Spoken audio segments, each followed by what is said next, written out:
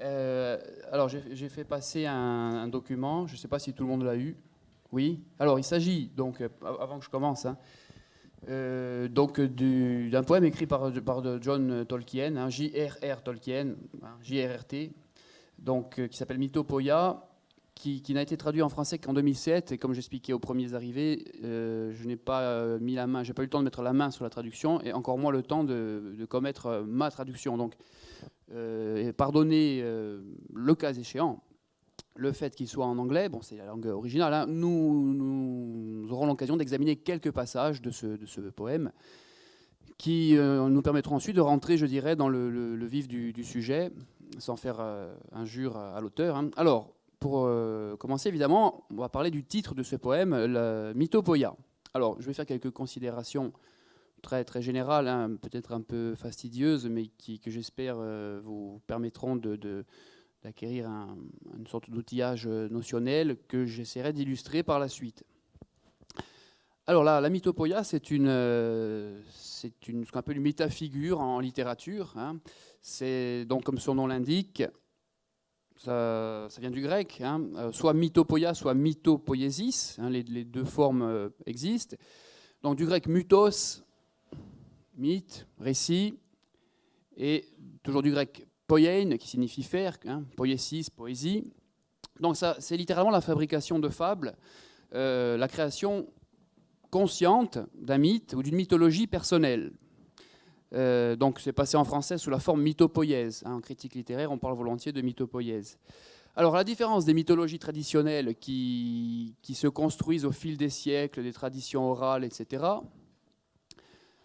la mythopoïèse, c'est véritablement une fabrication. Et c'est une fabrication qui s'opère de la main, de la plume d'un auteur, la plupart du temps, en quelques années. Donc c'est quelque chose de conscient, de volontaire, de construit. Et c'est très différent de la mythologie qui, parfois, elle-même est sa propre, comment dirais-je, son propre auteur, si on peut dire, hein.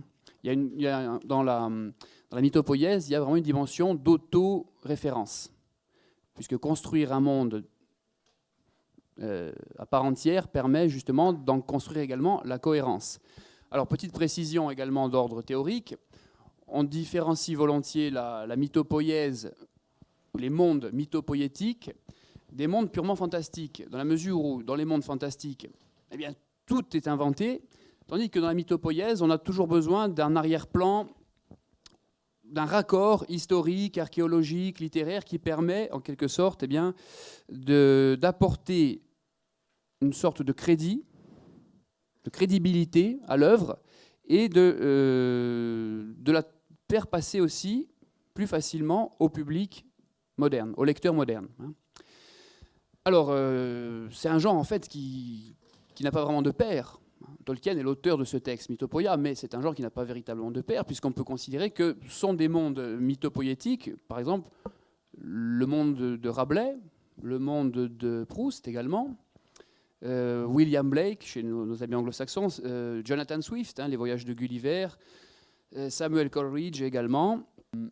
Donc, pour conclure, hein, sur ces considérations théoriques, hein, donc la mythopoïèse qui repose alors sur une histoire fictive, une cosmogonie fictive, mais dans un souci de cohérence, cohérence qui est souvent renforcée par des documents qui ont l'apparence globale d'éléments concrets, réels, voire scientifiques, comme les cartes, les glossaires, les appendices divers, hein, comme on pourra le voir par la suite, notamment chez Tolkien.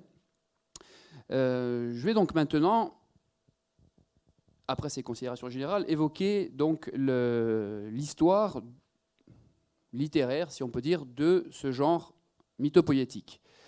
Alors, un des premiers auteurs chez qui on peut parler de mythopoïèse, c'est quelqu'un qui n'est pas très connu. Voilà, c'est un certain Phérécide. Alors, Phérécide de Syros, alors vous voyez deux représentations de ce personnage, hein. Phérécide, alors vous avez en abréviation ici Phous, qui est l'abréviation de Philosophus. Donc c'est un penseur grec du VIe siècle avant Jésus-Christ, qui, bien évidemment, comme tous les Grecs de son époque, est éduqué, élevé dans la tradition de ces récits de la mythologie grecque, mais on doit rappeler la chose suivante, c'est que la mythologie grecque n'est pas du tout conçus comme les récits des religions révélées. La mythologie grecque ne repose sur aucun livre faisant autorité, etc. Or, ce qui fait la singularité de Phérécide, eh bien, c'est qu'il va écrire une cosmogonie, non pas conçue comme simple récit, simple mythos, mais comme, selon lui, une véritable explication de l'état du monde dans lequel il vit.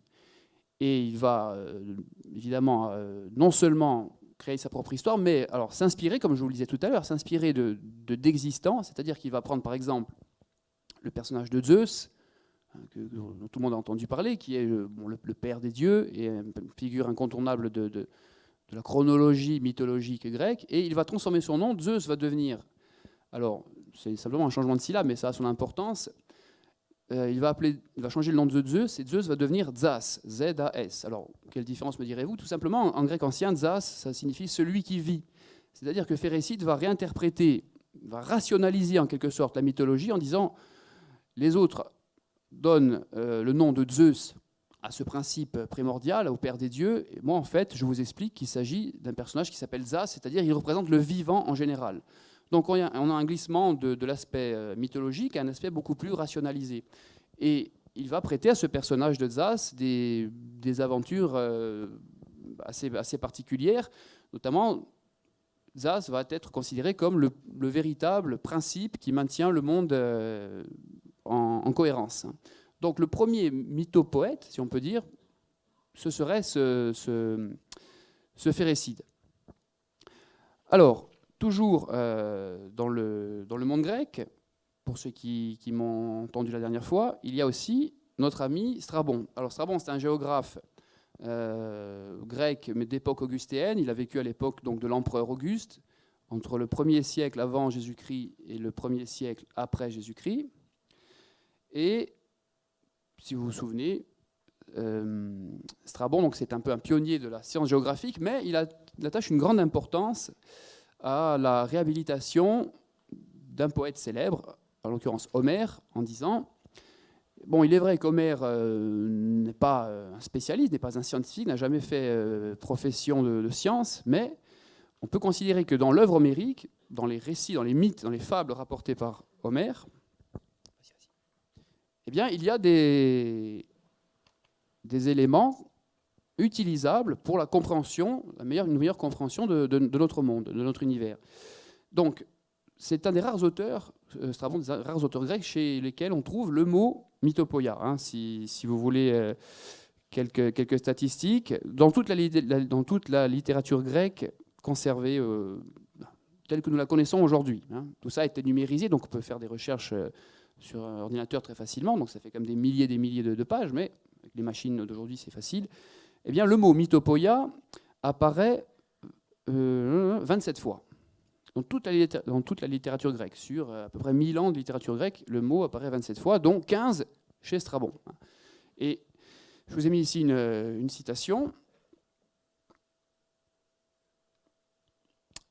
Donc la version d'origine en grec et la traduction dessous, il dit, donc dans cette perspective de réhabilitation d'Homère comme source d'information géographique, il dit « Les mythopoïèses ne sont pas signes d'ignorance », c'est-à-dire que la fable ne doit pas être rejetée d'un bloc comme simplement un récit fait pour divertir les esprits faibles et les éloigner simplement de la dureté de leur quotidien. Non, les mythopoïèses, les fables, eh bien, sont potentiellement une source de savoir. Alors, je dis ça en creux de la citation de Strabon, il dit « ce ne sont pas un signe d'ignorance », sous-entendu, pour qui sait lire la fable, pour qui sait l'interpréter, pour qui sait y trouver, pour qui a la culture nécessaire pour y trouver du sens, la fable est donc potentiellement source de savoir, de connaissances. La plupart du temps, de connaissances empiriques, de connaissances pratiques, puisque les fables mettent souvent en scène des épisodes, certes fabuleux, mais avec une sorte de perspective intemporelle et universelle. Hein. C'est le principe des fables qui fait d'ailleurs qu'elles se transmettent jusqu'à nous. Bon.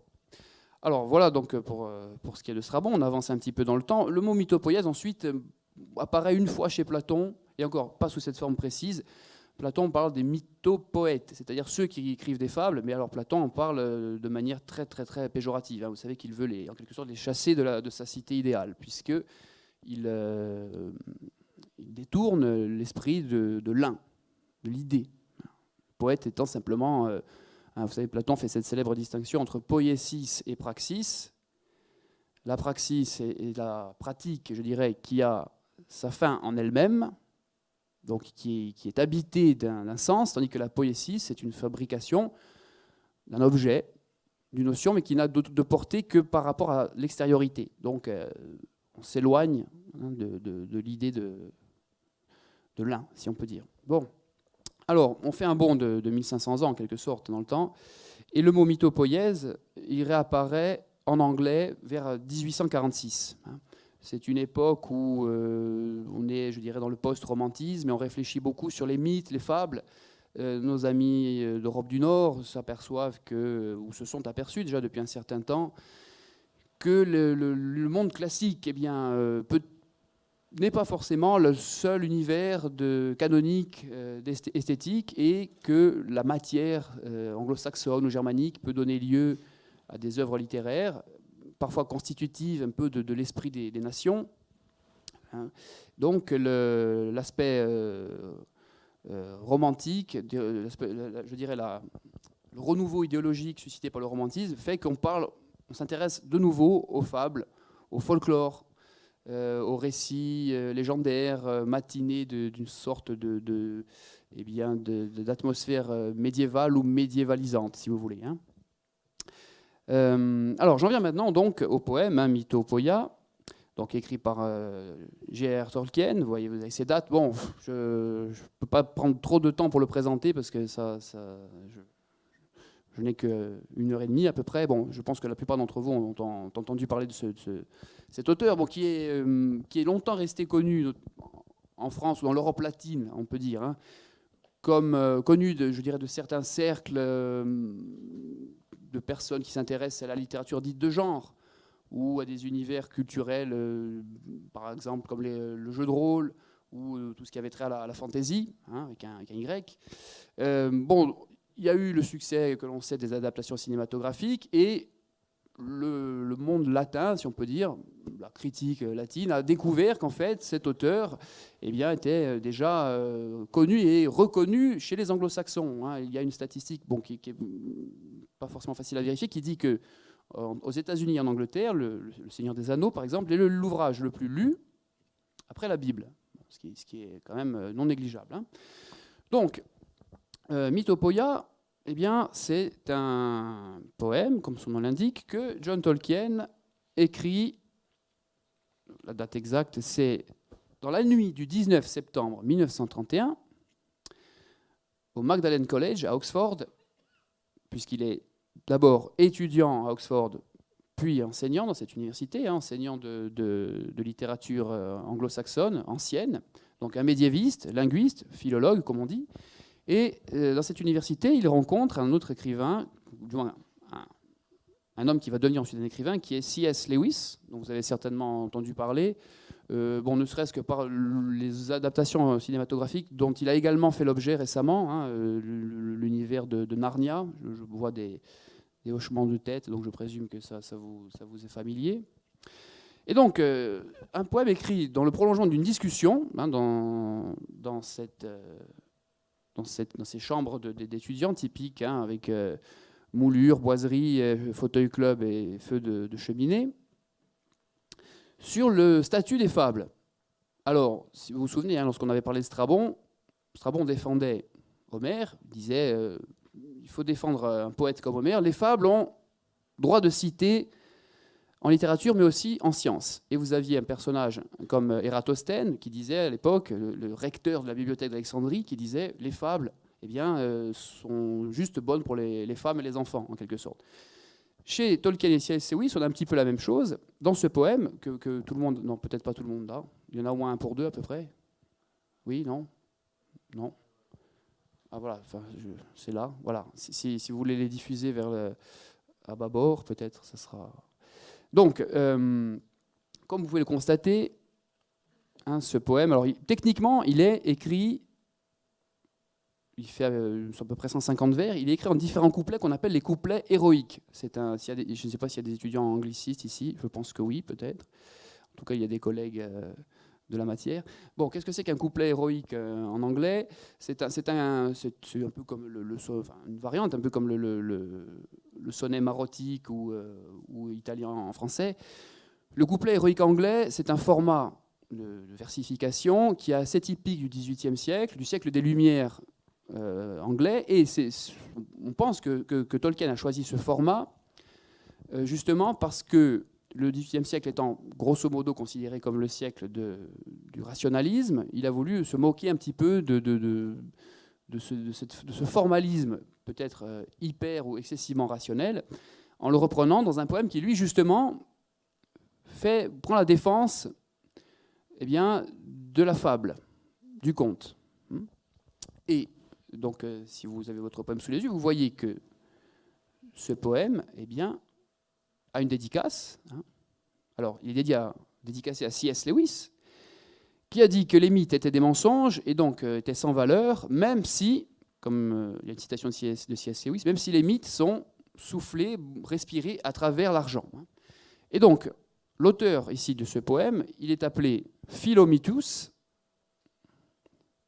et il s'adresse à Misomitus. Donc, là, ce sont littéralement des surnoms. Le Philomitus, ça veut dire celui qui est l'ami des mythes, qui s'adresse à celui qui est les mythes, qui déteste les mythes. Donc là, on voit aussi que Tolkien a une formation classique, puisque en se mettant en scène, lui et son interlocuteur, comme des personnages avec des surnoms, je dirais, à consonance grecque, il reprend un petit peu le format des dialogues de philosophes de l'Antiquité. Souvent, dans des dialogues philosophiques des anciens, très souvent, les personnages avaient des noms qui eux-mêmes étaient porteurs de sens. Alors, voilà donc ce poème. Mythopoeia, écrite en une nuit, alors publié en 1939. Avant d'entrer dans le détail, il faut considérer que ce poème, est à mettre en parallèle avec une autre œuvre théorique de Tolkien, puisque là on est dans une œuvre littéraire, une autre œuvre théorique de Tolkien qui est voilà, On Fairy Stories, qui est un essai de 1947, littéralement des histoires de fées, qu'il commence à écrire à partir de 1939, mais qui est publié en 1947. C'est je dirais, la somme tolkienienne de sa propre théorie. Il est issu, c'est un essai plutôt, qui est issu d'une conférence donnée à l'université de St Andrews en Écosse en 1939. Donc ensuite, on peut considérer qu'il s'agit ici des actes de cette publication. Tolkien théorise dans cet essai son point de vue sur le genre mythopoétique et il introduit des concepts comme celui de la bonne catastrophe, c'est-à-dire le bon rebondissement du conte de fées qui produit du plaisir, etc. Cet essai se situe chronologiquement entre la publication du Hobbit et celle du Seigneur des Anneaux, et fait en quelque sorte ouvre le tremplin, si vous voulez, pour le grand œuvre qui est le Seigneur des Anneaux, qui est vraiment la projection la plus étendue qu'il puisse y avoir sur le monde créé par l'auteur. Alors au-delà de ça, on peut dire que cette œuvre, comme je vous le disais tout à l'heure, du conte de fées, elle s'inscrit plus largement dans la continuité de ses études, ses critiques littéraires du XIXe siècle post-romantique, qui concernent le folklore et les mythes. Voilà, on a peut-être assez écrit sur l'esthétique classique. Maintenant, on peut essayer de s'intéresser aux éléments poétiques qui se trouvent sous les pierres de notre jardin. En gros, c'est ça. Bon. Alors, petite parenthèse un peu dans la foulée de ce que je viens de dire, il ne faut pas faire de Tolkien un ennemi du rationalisme. Simplement, on peut considérer que, dans le poème que nous allons aborder maintenant, Tolkien considérait que, tout en étant lui-même un rationaliste, il était professeur de fac, donc il corrigeait des copies, mettait des notes et il savait tenir un barème. Mais il ne pensait probablement pas que le modernisme devait être strictement basé sur le rationalisme. Il considérait que le modernisme ne devait pas se couper de bien d'une part de fable.